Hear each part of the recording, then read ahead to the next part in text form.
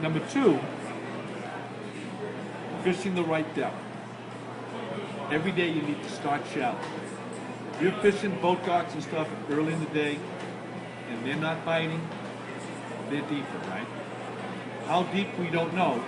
But if you're up around them and you're making good casts and they're not biting what you're throwing, they're not there. You guys just saw me throwing those casts in that tank. All right? They were eating the baits. And I threw 4 or 5 different baits in there. If you're around them and you throw anywhere near the right lure, they're going to eat it. That's what they do. They do 2 things. They spawn and they eat. And they spawn and they eat. That's all they do. They're experts at eating. When you're not catching them, either you're in the wrong area and they're not there, or they're there but you're not fishing the right depth, or they're there, you're fishing the right depth, but whatever lure you've chosen, you're not moving at the right speed that's making them chase. Okay? Remember when I was throwing those different lures in there? That rattle trap, the Kevin Van Dam, when I first threw it, moved it fast, I got 3 hits in a row. Then I slowed it down and they didn't want it. Then I did the yo-yo and one of them hit it. But then when I moved it real fast at the end, that huge fish came up and whacked it. Okay. So you've got to, what I was doing there was I was trying to figure out what depth will they hit it and at what speed. And what I know, I could probably go right back up in the tank.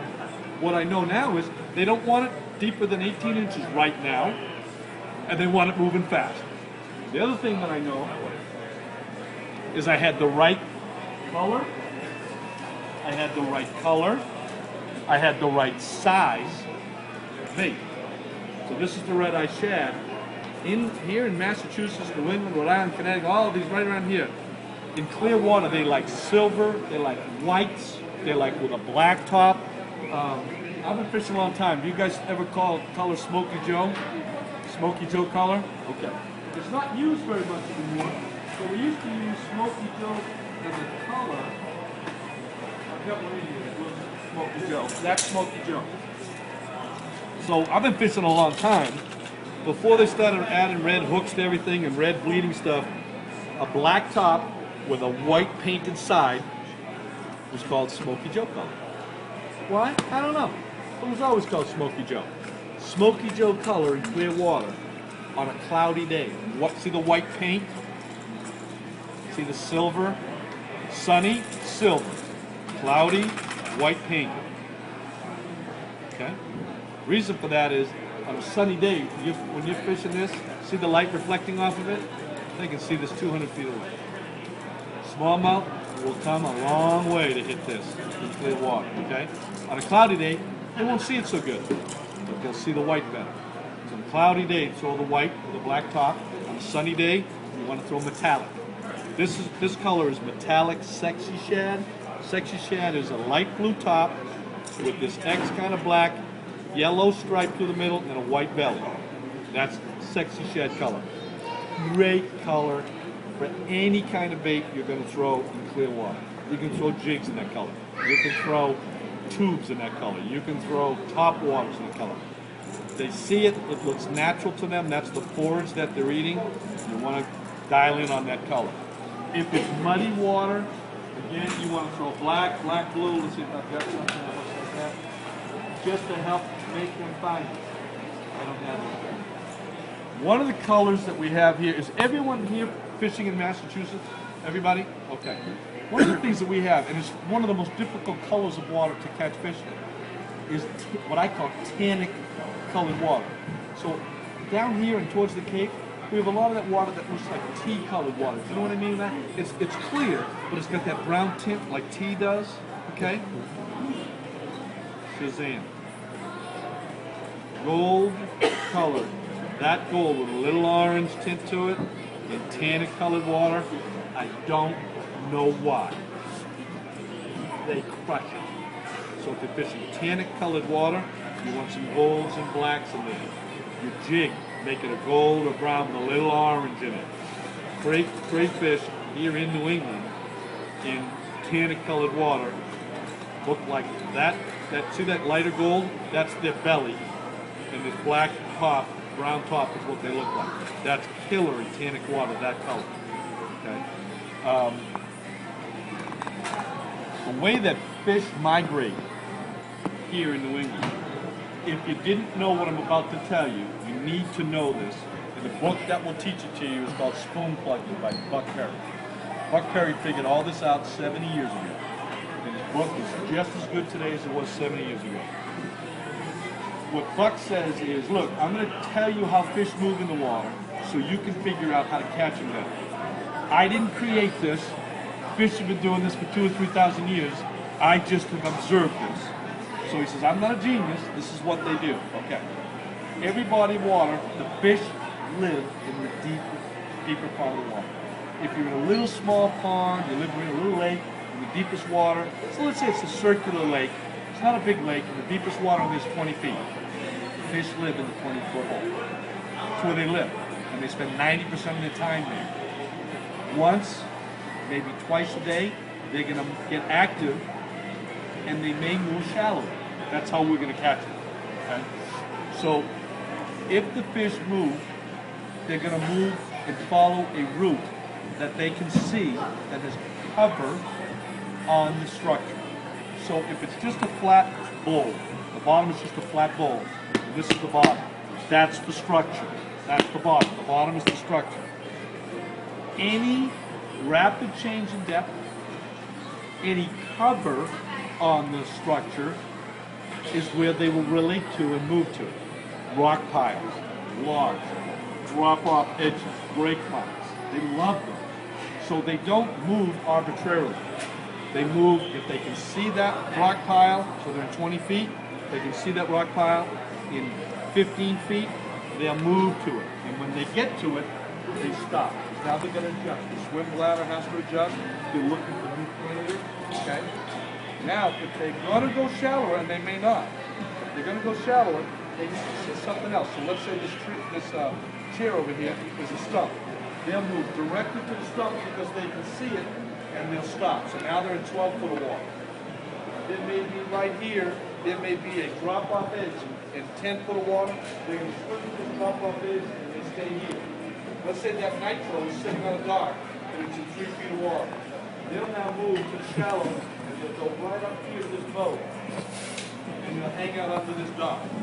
Its cover will keep them here. They're using places they can hide and ambush prey.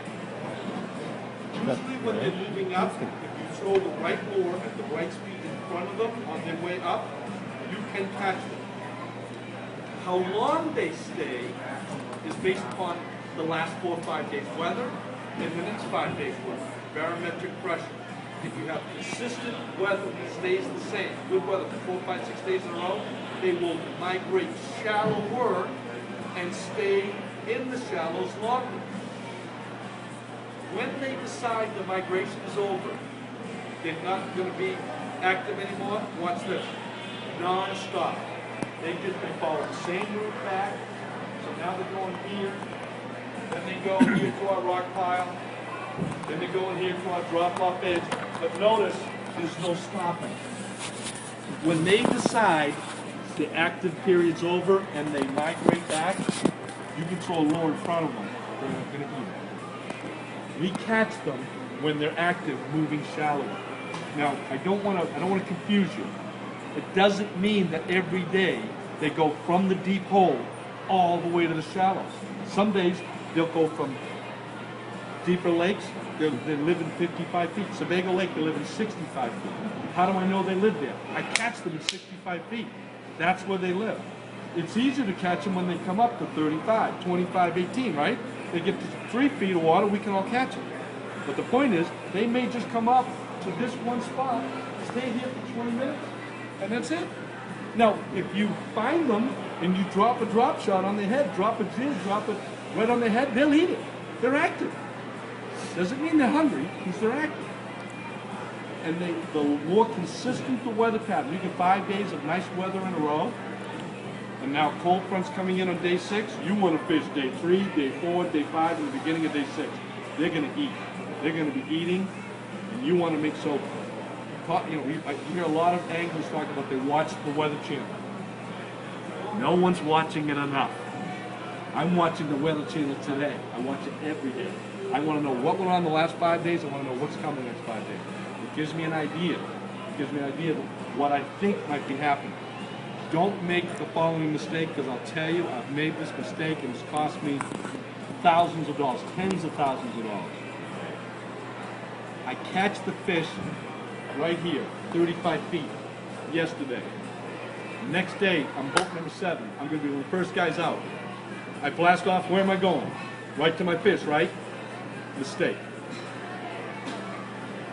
If they're following this route, you need to know that when they go from there, then they go to that chair, then they go to the Pennzoil bottle, then they go to the dock. Every day they're using that structure and following this bus route.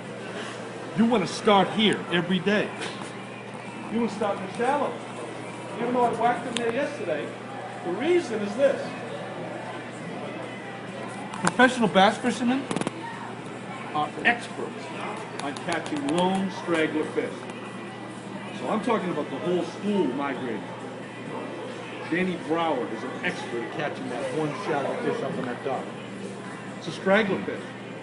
Didn't get off the structure yet. He's an expert at that. So if my fish, I caught him in 35 feet yesterday, had moved shallow overnight, full moon, they can see, just like you go downstairs at the kitchen to sneak in the refrigerator at night.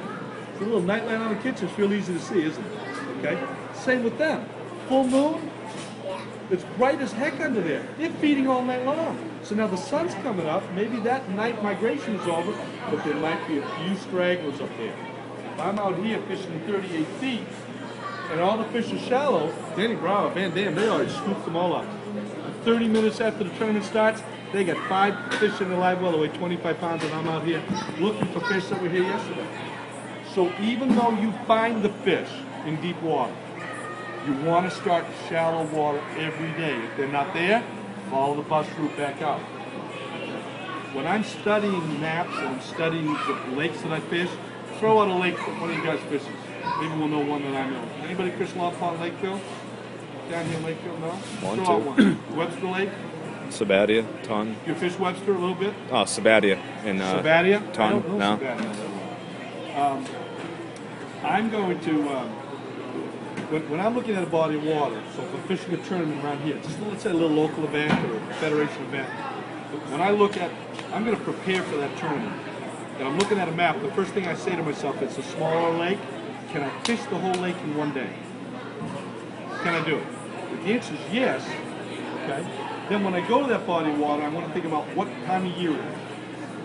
If it's the spawn, so it's early in the year, it's the spring, water temperature is 52 to 58 degrees, and I get clear water when I launch my boat.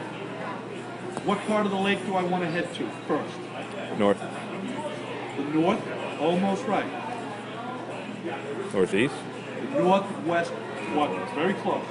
Why the northwest? It's the spot in the pond that the water that the sun hits first in the day. Exactly right. The northwest quadrant. So if this was a map of your lake, okay, and you think it's the spawn, that's the seasonal pattern that's going on, take your map, fold it in half, and rip the bottom half off and throw it away. The top half of your map, fold it in half, this is the northeast quadrant, throw it away. This is the only part of the lake you want to fish. If there's 8 coves in that corner of the lake, there's 8 coves, you got to look at all of them. You have to look at all of them. Honestly, if I'm going to fish this part of the lake, and I've looked at this northwest quadrant, and I see there's 8 coves up there on my map, I'm looking for the boat ramp as close to that part of the lake as possible. Even if I'm launching over here for the tournament, that doesn't mean I got to drive all the way across the lake and practice. I'm not going to do it. I'm going to conserve as much fuel as possible.